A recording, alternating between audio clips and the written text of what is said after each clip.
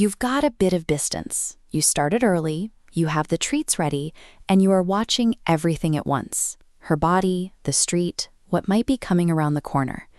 And then before you can move, someone appears with their dog off-leash. They immediately call out, "He's friendly, don't worry." You know their dog is friendly. You believe them completely. That is genuinely not the point. But there is no way to explain how fear thresholds work in 2 seconds on a sidewalk. So you try to get out of the way while your dog has already clocked theirs. The other person walks away thinking everything was fine, and you are left standing there, doing the quiet work of bringing your dog back down. If you've been there, you know exactly what that moment feels like. The careful work of the last 10 minutes evaporates in 2 seconds flat. It leaves you feeling quietly, specifically exhausted, and usually a little alone. The people around you don't see the route planning. They don't see the mental checklist you run through before you even open the front door, or the way you've thought through 3 possible scenarios before reaching the end of the driveway. That is invisible work. When work is invisible, it rarely gets acknowledged, and when it goes unacknowledged for long enough, it starts to feel like the effort doesn't count. Research on people supporting family members through chronic illness consistently points to one specific factor as the biggest driver of burnout. It isn't the workload itself. It is the isolation, the experience of doing something demanding without people around who truly understand what it involves. Reactive dog owners aren't caregivers in a medical sense, but the dynamic is remarkably similar. You make constant and visible adjustments to manage an environment that looks perfectly ordinary to anyone else. That loneliness makes complete sense. It doesn't mean something is wrong with you. It means you are doing something genuinely hard without enough support around you. And then there is the unsolicited advice, the comments from people who love you, who mean well, and who still suggest you just need more socialization, or to be calmer, or to show him who's boss. This diagram represents an older model of dog behavior, assuming a dog needs a firm hand. Reactivity means bad training, and fear is a lack of assertiveness. This logic fails with actual fear.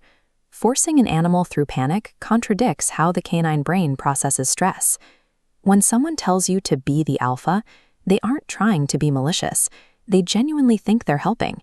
Their information simply hasn't caught up with modern research.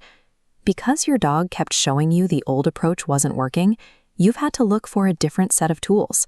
You've had to learn the specifics of how fear functions, knowledge that most people around you never have a reason to seek out. This diagram shows a stress threshold. Red zone spikes prevent processing information. Forcing a dog toward fears deepens panic, trapping the nervous system. Change happens at a distance. Staying under threshold lets the nervous system regulate, teaching the brain the world is safe.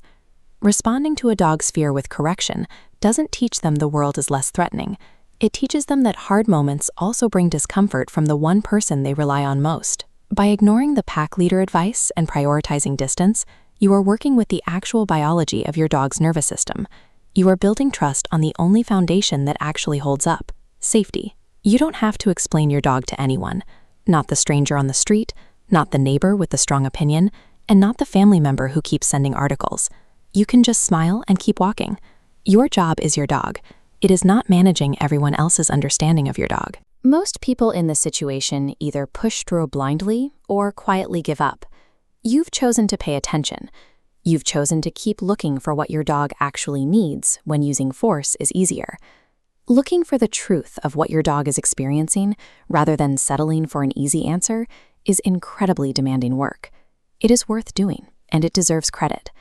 So here is a small challenge for your next walk, whether it turns out to be a peaceful stroll or a difficult one.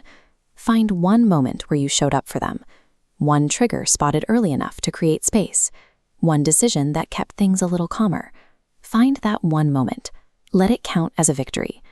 Next week, we're looking at progress, not the neat straight line most people expect, but what real, unglamorous improvement actually looks like in the life of a reactive dog parent.